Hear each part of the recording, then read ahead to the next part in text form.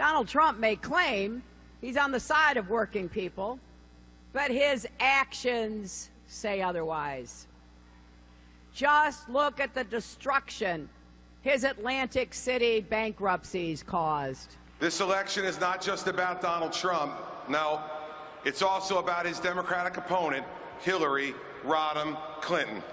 It is hard to find a project he touched that did not produce allegations of broken promises, blatant lies, or outright fraud. She was the chief engineer of the disastrous overthrow of Gaddafi in Libya. Libya today, after Hillary Clinton's grand strategy, their economy's in ruins, there's death and violence on the streets, and ISIS is now dominating that country.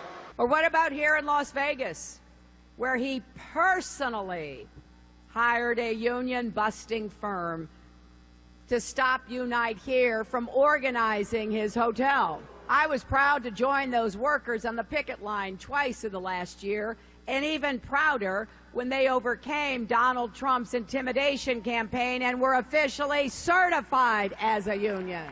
In China, Hillary Clinton praised the Chinese government for buying our debt to finance Barack Obama's bloated stimulus plan.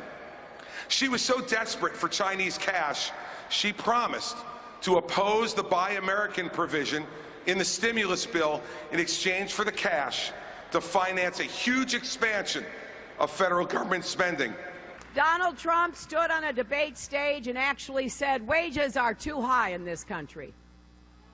Then he proposed getting rid of the federal minimum wage altogether. In Syria, imagine this. Imagine this. She called President Assad a reformer. She called Assad a different kind of leader. There's now 400,000 dead. Donald Trump wants to tear up Dodd-Frank and let Wall Street run wild again. He would scrap the rules that prevent future taxpayer-funded bailouts. He'd eliminate the new agency created to protect consumers from financial fraud and abuse, even though it's already returned $11 billion back to consumers who were ripped off. In Iran, she launched the negotiations that brought about the worst nuclear deal in history. Let me be clear.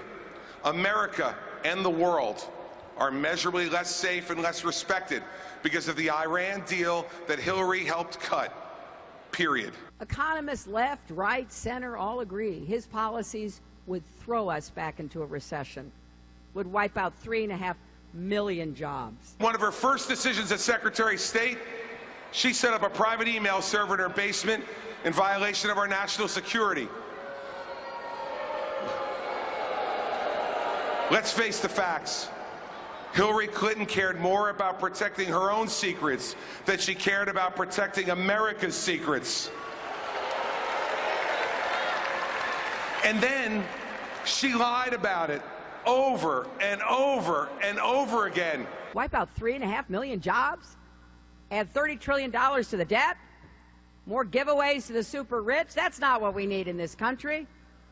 We need to write a new chapter in the American dream, and it can't be Chapter 11.